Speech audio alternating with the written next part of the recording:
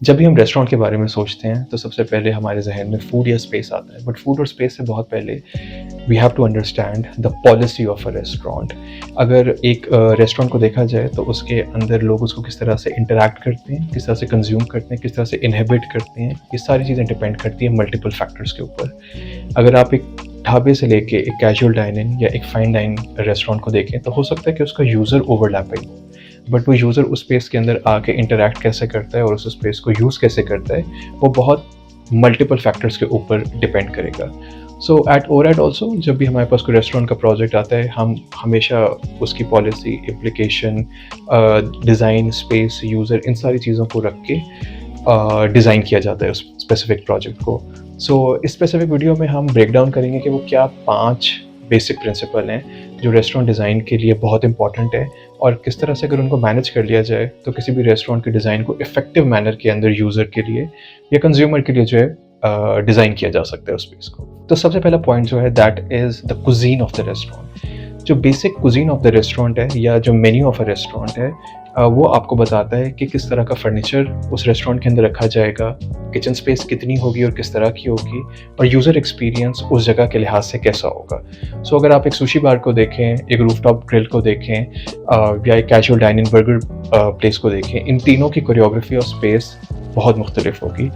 हो सकता है एक सुशी बार को डिज़ाइन किया जाए एक सुशी प्रिपरेशन यूनिट के अराउंड एक कम्युनल टेबल के साथ, हो सकता है बर्गर जॉइंट को डिज़ाइन किया जाए एक फास्ट फूड एक्सपीरियंस के अराउंड, और हो सकता है कि एक और देसी रेस्टोरेंट को डिज़ाइन किया जाए about how people meet there and use that space, probably around a barbecue space or a kitchen area or in a terrace or around a certain view. एक इमेज ऑफ अ रेस्टोरेंट को design करने से पहले उसके food का behaviour उस space के अंदर कैसा होगा वो फाइनलाइज करना बहुत ज़रूरी है, क्योंकि आपका स्पेसिफिक मेन्यू आपको बताएगा कि आप किस किस्म की चेयर के ऊपर बैठेंगे और किस साइज़ की टेबल के ऊपर बैठ के उस खाने को कंज्यूम करेंगे।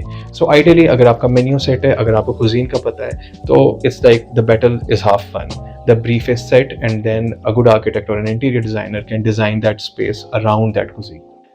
Next, सबसे ज़्यादा important point है what should be the scale of the restaurant. Scale depend करता है multiple चीज़ों के ऊपर, number of users के ऊपर, type of cuisine के ऊपर, rent to seat ratio के ऊपर. It is not necessary and important thing कि एक बड़ा रेस्टोरेंट सक्सेसफुल होगा और एक छोटा रेस्टोरेंट कम नंबर्स करेगा। वी हैव ऑल्सो नोटिस्ड कि कुछ टेक अवे प्लेसेस होती हैं जो कि कैजुअल डाइनिंग स्पेसेस से बहुत ज़्यादा बिजनेस कर रही होती हैं, और हो सकता है बहुत दफ़ा कि एक 100 सीटर फाइन डाइन रेस्टोरेंट बहुत मुश्किल से सर्वाइव कर रहा होगा। सो इट ऑल डिपेंड्स कि आपकी रेंट टू सीट रेशो क्या है, और वैसे भी आप जो भी जगह लेते हैं वो 50 to 60% कंज्यूम होती है सिटिंग के लिए, एंड देन 40 to 50% कंज्यूम होती है किचन एंड एक्स्ट्रा सर्विसेज के लिए। That 40 to 50% is very important to run a restaurant, क्योंकि उसके अंदर आपकी kitchen, auxiliary spaces, management spaces, probably counter area, bar area, ये सारी चीज़ें लोकेट होती हैं। और ये 40 to 50% इज़ वेरी इंपॉर्टेंट, क्योंकि अगर ये सही तरह से डिज़ाइन नहीं होगा तो जो बाकी 50 to 60% ऑफ द सीट का जो एक्सपीरियंस है वो भी सही तरह से डिज़ाइन नहीं हो पाएगा। सो दैट ये दोनों रेशोज़ का इफेक्टिव होना बहुत ज़रूरी है। एंड देन आप रेस्टोरेंट कहाँ पे ओपन करें, किस तरह से ओपन करें, और वहाँ पे रेंट टू सीट रेशो क्या है, ROI क्या है, आपके टेबल का रिटर्न कितना होगा, इन सारी चीज़ों का भी इकोनॉमिकली स्टेबल होना बहुत ज़रूरी है। So in restaurant design follows economics, and that's the harsh truth of a restaurant industry. Designing a kitchen is one of the most important part of a restaurant layout. हम ओरेट के अंदर हमेशा एक बात करते हैं कि जो रेस्टोरेंट का लेआउट है, it should be built on a loop principle. So loop principle tells you कि रॉ प्रोड्यूस कहाँ पर आएगा, उसके बाद उसको स्टोर किया जाएगा, फिर कटिंग में जाएगा, प्रोसेसिंग में जाएगा, कुकिंग में जाएगा, फिर उसके बाद उसको पैक किया जाएगा, ये प्लेटिंग होगी, और फिर वो आगे सर्व किया जाएगा। ये लूप लीनियर होता है, ओवरलैपिंग नहीं होता है, और इसी तरह से इस लूप के अराउंड स्पेस को डिज़ाइन करना चाहिए सो दैट कि everything is working in a forward motion and there are no overlap of activities in between. And then again ये लूप डिपेंड करता है अगेन टाइपोलॉजी ऑफ कुजीन के ऊपर भी एंड द रेंटेड स्पेस के ऊपर। Architecture design of a restaurant space show करता है intention behind the vision of the restaurant. So basically बहुत दफ़ा ऐसा होता है कि सिमिलर मेन्यू दो डिफरेंट जगह पे सर्व किया जा रहा होता है, लेकिन उन दोनों के अंदर यूज़र एक्सपीरियंस बहुत मुख्तलिफ होता है, क्योंकि हो सकता है दोनों की डिज़ाइन आइडियोलॉजी बहुत मुख्तलिफ हो। So you have to also finalize और try to look for a specific brand identity कि once the your kitchen is design और बाकी सारी चीज़ें हो गई, तो यूज़र जो फ्रंट फेसिंग स्पेस है उसके अंदर उस आइडेंटिटी को कैसे मर्ज किया जा रहा है। अब हम मल्टीपल आइडेंटिटीज़ को स्टडी कर लेते हैं। For example, if you look eight blue bottle coffee और जिस तरह से हम अपनी स्पेस को डिज़ाइन करते हैं, so it's very minimal, very effective, designed around the idea of a coffee. जब भी वहाँ पे जाते हैं, it's almost very meditative, very clean. You will go, you will order, you will get your coffee, sit, probably work, probably consume coffee, talk to a friend, and then you can leave the space. But then again, if you look at Noma in Copenhagen, which is one of the most highest rated restaurant spaces in the world, उसके अंदर kitchen और front sitting की boundaries जो हैं वो बहुत blurred है। So basically जो कुछ किचन में हो रहा है वो उसके बाद टेबल के ऊपर भी उस एक्टिविटी को कंटिन्यू किया जाता है। यूज़र ऑलमोस्ट फील लाइक कि ही और she is sitting around the activity of the food. So kitchen will be connected to a produce area, to a garden, to a sitting area, और वो सारी चीज़ें जो हैं एक वन बिग कॉम्प्लेक्स की तरह वर्कआउट करती हैं। And then again, if you look at a local example of probably Sever Foods or a Kolachi, they also have a certain ideology of space intact, जहाँ पे यूज़र एक्सपीरियंस को एक certain तरीके से मैनेज किया जाता है। Probably they will be offering different kind of food at a different point than Noma or McDonald's or KFC, but then again there is some user hierarchy in place. Restaurant कभी भी isolation के अंदर exist नहीं करते हैं और ना ही उनको डिज़ाइन करना चाहिए।